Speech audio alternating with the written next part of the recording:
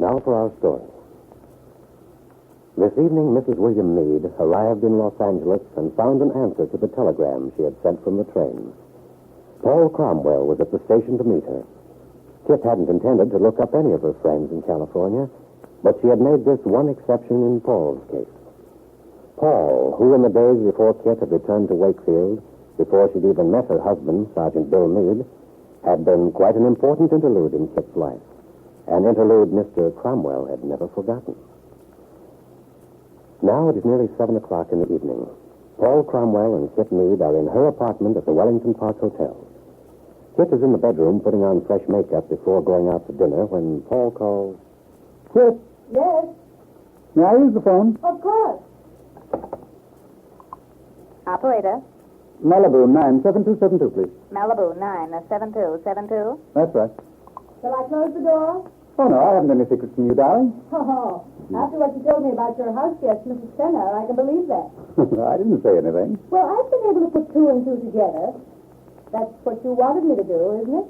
Yes, I suppose so. Lord knows I need somebody to talk to. I'm a little afraid of... Hello?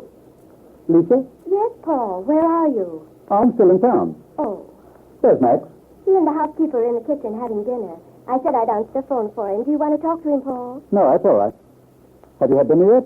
No, I was waiting for you. Well, don't do that.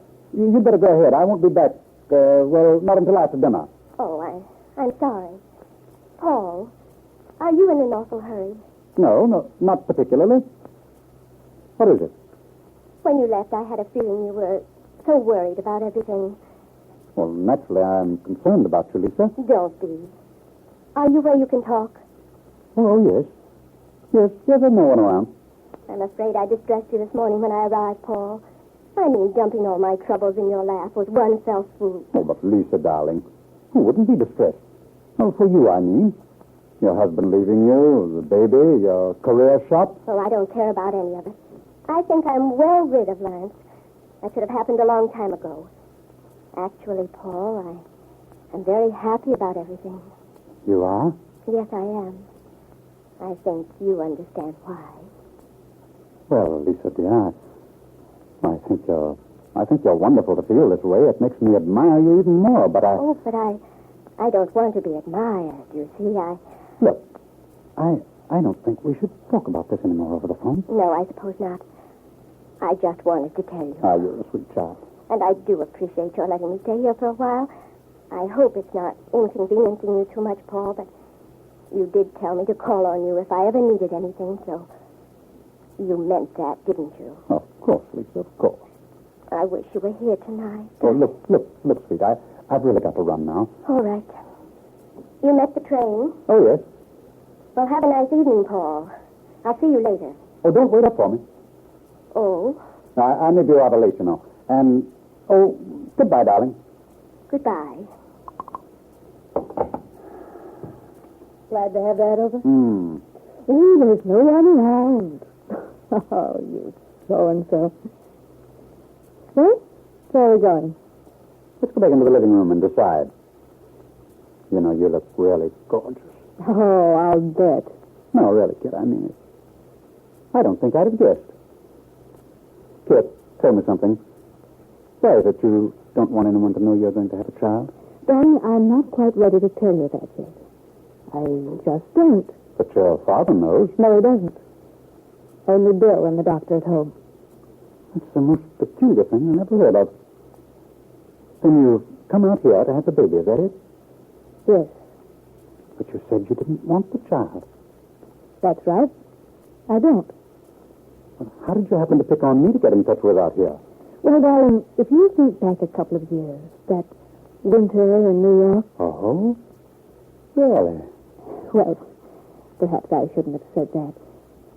Actually, Paul, it was a sudden inspiration. I was on the train. Suddenly it occurred to me that you were out here, and, well, I decided I'd have to see you. I knew I could count on you, and you wouldn't ask too many questions. Touché. All right. I'll put a damper on my curiosity for the time being. But let me ask you one more thing. You don't have to answer. But if you don't want the child, Are you intending not to keep it? Is that it? You said I didn't have to answer.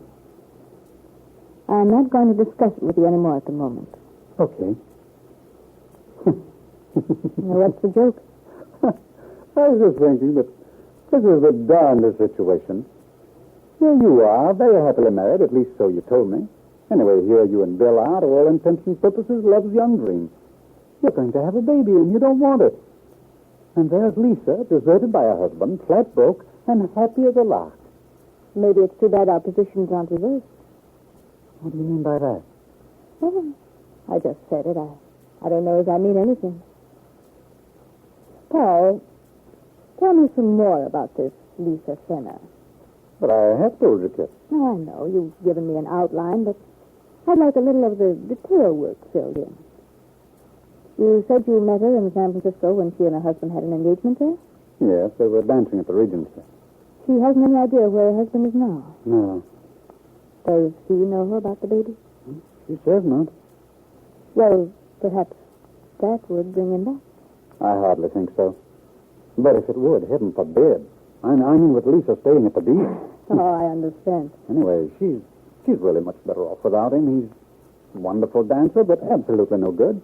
Cruel, unstable, chaser. Sounds like the whole book. What's she like? Oh, rather small. Slightly oriental in appearance. Oh, I don't mean her physical characteristics. Or didn't you delve any deeper than that? Still as nasty as ever, aren't you? Mm-hmm. Well, she's rather simple, generous-hearted little thing. Obviously. Rather enchanting. But like most women, when they start getting more deeply involved, they get possessive. And the enchantment doesn't seem quite as intriguing, does it? Well, don't misunderstand me. I'm very fond of her, and I want to do everything I can to help her. As long as it's with the checkbook, huh? After all, Kid, I'd rather not get mixed up in this. Frankly, I wish she hadn't descended on me. You know, I think you had a case of panic. No. But I am a little nervous about it. I mean, Kid, I really don't know what Lisa's like. I have a feeling she may be a little unpredictable at times. I don't know exactly how far to believe her. I sort of do. Is she in love with you? Well, last time in San Francisco, she said she was in love with me. I see. And now, of course, that the husband is out of the picture, do you think she has the old cap set? Maybe that's why she's so happy about everything. Maybe. I don't know. If it weren't for this baby, she'd be so much better off, and so would everyone, for that matter. If she had your attitude, for instance. If she didn't want it. Oh? Yes, under the circumstances, I think she'd be very foolish to try to keep the child. But if she wants it, there's not very much you can do about that. I suppose not. Or if I could just get rid of this feeling that she might cause me some kind of trouble. Paul, don't worry about that. That's easy for you to say, darling. I mean it. I think I might be able to help you with Lisa. What do you mean? Well, I'm not too sure yet, but I believe I have an idea. I think it might work.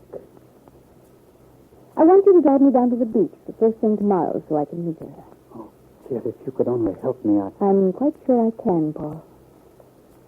Just leave Mrs. Fenner to me. I wonder what sort of scheme is being contrived in your mind, Kit. Just how can you help Paul Cromwell at a moment like this, when your mind is so occupied with your own difficulties, the personal problem between your husband and yourself? Yes, I'm surprised that you're taking an interest in Paul Cromwell's affairs, unless you see some way whereby you could benefit. Is that it?